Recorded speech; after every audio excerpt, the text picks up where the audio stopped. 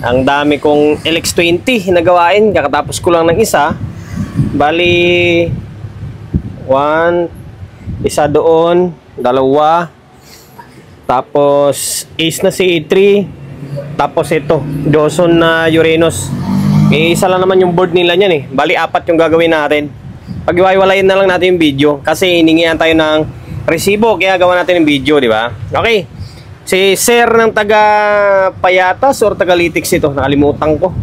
Basta shoutout sa mga ari nito, taga Payatas or taga Litix, kababayan ko rin ah. Shoutout Migo, maraming salamat sa pagkakatiwala mo ng unit po ito sa akin. And then ito, dinala rito sa atin para ipa-recondition. Take note ha, recondition. Kasi pinagawa daw niya ito sa iba, kaso hindi napatino ng maayos. Kasi kung mapapansin nyo, ito kaya nga buhay na ito eh, kasi testing ko na ito to. Naglagay na rin sila ng fuse, although maganda rin diskarte nila kasi may fuse na rin na individual. Okay yan oh, sila may gawa niya na, hindi ako ah. Tapos yun, parang nakafix na yun ah, doon sa ilalim oh. Dito naka-trimmer pa dito, naka-trimmer din dito. Tapos dito parang naka-fix. Okay. Tapos naka-add na ng nag-add sila ng power transistor. Okay, kompleto na siya. 1, 2, 3, 4, 5. Ito lang yung naiba oh. D17. Maganda, palitan natin ng 5200 to. Hindi ko sigurado kung ano yung specs nito eh. Okay. Bali, ito yung mission natin for today's video. Hindi sana ako gagawa ng hindi na sana ako magbibideo ng ito klaseng unit kasi nga umay na yung manonood natin. Pati sa YouTube, halos ganito lahat yung content natin. Kaso lang, yun nga, sabi ko, hiningihan tayo ng resibo. Kaya dinadala rito yung mga unit dahil gusto nila makita yung unit nila na kung paano natin siya gawin. Okay? Ito yung mission natin, 40. For today's video. Na-check ko na ito eh. Makita ko sa inyo. Oh. Ayan. Nagre-relay naman siya, naka-normal mode naman siya oh. Yan, naka-normal mode naman. Kaso, yung channel dito wala oh. May speaker na nakabit to. May speaker. May input. Gumagana itong cellphone natin na isa. Ngayon, wala siyang audio. Channel 1 parang wala. Channel 2. Itong channel 2, meron pero mahina. No? Hindi ka man lang makapalabas ng signal oh.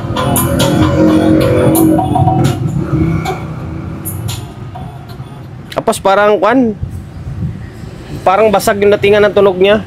Alam niyo kung bakit? Natanggalan natin.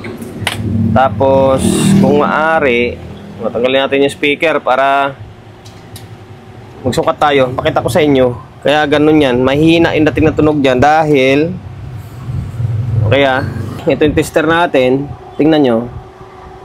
Mahina. Halos zero bias siya oh. Ba? Wala siyang bias oh. Wala oh. Nakasalpak yan ha. Oh, wala oh. Ngayon dito, kahit dito wala rin oh. Naka zero bias siya. Okay. Ito yung pagtuunan natin ng pansin ah. Ngayon, kahit kompleto na yan, ito bala ko itong palitan. Palitan natin ng C5200 dito. Itong isa, iba yung value nakalagay oh. Tapos, baguhin natin yung biasing nya. I-fix natin to. Tapos yung nandun sa ilalim, tingnan natin kung tama yung nilagay dyan or mali. Palitan natin. Basta yung tipong dapat palitan is palitan natin. Okay? Tapos saka natin problemahin yung audio nya muna. Okay, bali dugtungan natin ng voice over natin nito. Kasi tinamad ako magsalita dyan. Ayan, tinatanggal natin yung mga board niya. Kasi yung iba ayaw maniwala na tayong gumagawa. Kaya in-steady ko yung camera dyan. And then, pinakita ko na ako nagbabaklas. Although, wala rin. Kamay na makikita nila dyan. Ayan, binabaklas natin yung dalawang board na. Sabay na yan. Okay. Ayan, pinapakita ko sa inyo. Fast forward na lang pala natin kasi ganun din, paulit-ulit lang naman yung video natin dyan. Yan, tinatanggal ko dyan is yung bias na nakalagay dyan, yung 200 ohms. Hindi, 200 ohms pa yan. 101 tsaka 102 yan eh. Ay, 201 and then 102 pala. 2K tapos 1K. Okay, ayan. Tapos, kapag magdagdag kayo ng output, automatic, magdadagdag kayo ng bloke. Magiging 5 pairs yan. Kasi nga, LX20 yan eh. Pero sa scenario niyan, kompleto na yan. Or, ano ba? Ay, hindi pala. Yung kabilang side lang pala, dinagdagan nila ng bloke dyan. Yung kabilang side is walang bloke. Ganon din sa may kabila. Yung isang side lang may bloke. Yung kabilang side is wala rin bloke. Kaya kinumpleto ko. Okay? Yan. Kailangan, kapag 5 pairs yung output, 5 pairs din yung bloke na yan, yung kulay puti. Ayan. Tapos yung value na nilagay nila na iba, yan, pinalta natin ng C5200 na rin. Ayan, makikita nyo, kumpleto na siya. 5 sa may kabila, 5 rin sa may kabilang side. Tapos pati mga bloke is tagli 5 na rin. Okay. Ngayon, dahil kumpleto niyan, siyempre, babalik natin sa may housing niya ulit. Ayan, ayusin natin yung wire niya. Although, hindi na tayo magdadagdag pala ng fuse dyan, ha? Kasi meron ng fuse yan. Maganda ngayon nilagay nilang fuse yan. Makita nyo naman sa intro. Meron ng fuse na kaabang yan. Yung D-thread siya. Okay. Yan, babalik lang natin yung dalawang board. Pasensya na kayo, naka-voice over tayo ngayon. Kasi nga, kuha na lang yan eh. Fast forward na lang. Ayan, kakabit natin yung linya. And then make sure guys, kapag magbaklas kayo dyan, and then magbalik kayo ng linya, is tingnan nyo muna kung tama yung salpak nyo sa negative positive. Kasi merong wire dyan minsan na pares pula, and then minsan pares itim. Kaya sundan nyo muna yung linya. Kung positive galing sa may board, siyempre positive din papunta dyan sa may main board natin. Okay? Kasi magkakapares yung kulay minsan yan, malilito kayo. Pag hindi kayo gumamit ng bulb, sigurado mapuputokan kayo agad. Okay, ayan na. Minabalik na natin yung dalawang board. And then, lagyan natin ng speaker siyempre. Nilagyan ka agad ng speaker na hindi mo na sinukatan. Excited kasi siya dyan eh. Okay, ayan. Lagyan ng speaker. Tapos, audio testing na agad. Kasi nga, nagre-relay naman yan eh. Wala lang siyang bias. Kasi nga, mali yung nilagay nila na bias. Yung bias plan nilalagay natin yan is 1.8K tapos 220 ang nilalagay ko. Sa mga solid follower na subscriber natin, kabisado na nila yan. Okay? And then, ayan, tinetesting na natin. Yung channel 2 is may audio yan dyan. Tapos yung channel 1 is wala. Bali, sira yung control yan. Ayan ang pinapakita natin na yung isang side is may audio. Yung isang side is wala siyang audio. Okay? Palitin ng control yan. Siguro, na-stuck yan. Hindi lang natin alam. Pero basta yung channel 1 is wala siyang audio. Yan, pinakita ko dyan na good yung audio or good yung input buffer natin. Kasi nga, nung nirekta ko siya, meron siyang audio papuntang amplifier.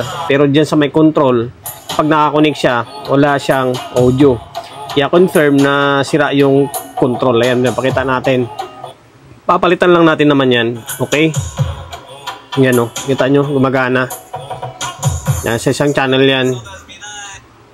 Okay, ngayon, palitan natin yung control niyan, siyempre. Tatanggalin natin yung board, tapos sabay palit ng control. Tapos, papakita natin yung bias yan. Huli na ipakita yung bias. Nakapag-audio test muna bago ipakita yung bias, okay?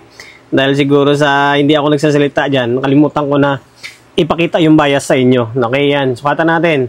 Pero kailan pag magsukat kayo ng bias, kung maaari, wala siyang speaker, wala siyang input na nakakabit. Okay? Ngayon, makikita nyo, nasa 0.27 ng pinapalabas ko na bias yan. Halos magpo 0.3 siya. Tapos, sinulit natin, 1.8K, tapos 220 ohms ang ginagamit natin na mga resistor dyan. Ayan. Sa may kabilang side, same lang din, siyempre. Nasa 0.27 yung bias na lumalabas. Ayan, okay na. Naipakita natin yung bias bago. Nakapag-audio test na bago yung bias. Ayan. Palitan natin ng control Okay, balik control. And then, ayan, kinakalas na natin yung front panel and then board ng master volume niya. Okay, ang value niyan is 10K. 10K, 5K, kadalasan sa mga power amp na mga control. 10K, 5K lang naman yan. Okay, tanggalin natin, palitan natin. And then, kapag nagpapalit ako, dalawang channel na yan. Hindi pwedeng isa-isa. Kasi kung isa lang, andun masisira rin yung kabilang side yan. Sira nga yung isa, masisira din yung isa dyan. Kaya gagawin mo dyan, dalawa na lang, sabay na, pagsabayin mo na siya. Okay, ayan. Testing ba natin? Okay, pakita. Pakita ko sa inyo kahit malayo yung camera. Ayan. Napakita ko sa inyo na yung kabilang side working, yung kabilang side is hindi na gumagana. Okay, ano, hindi na siya umaabot. Okay, ayan ang pamalit natin. Naka half moon siya. Okay, yan ang ginagamit natin sa mga power amp talaga na control. Yan din ang kung ano ginagamit natin pala sa mga power amp na ginagawa natin, yan din yung kinakabit natin. Okay? And then, ayan na. Naibalik ko na yung front panel. Abay, testing natin ulit. Ayan, on. Okay. Dalawang control na, pinalitan natin yan ha. Channel 1. Okay, meron na siya. Oh. May audio na, may signal na. Okay, goods na. Control lang talaga yung problema. And then, channel 2. Ayan, pati channel 2, sinamayan na natin. Pinalitan na rin natin yan para sila bago. Okay, wala na masabi si bossing, di ba? Ayan, dalawang channel makikita nyo. Mutunog and then umilaw yung signal niya. Okay, hanggang dito na lang yung video natin. Pasensya na kayo, yung bandang uli natin is voice over na lang kasi tinatamad ako mag on the spot na salita.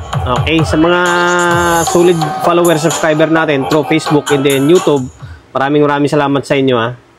Sa araw-araw na suporta nyo, maraming salamat. Okay, and then promotion bago tayo magtapos, si pre-shop natin, Solid G Electronics Repair Shop.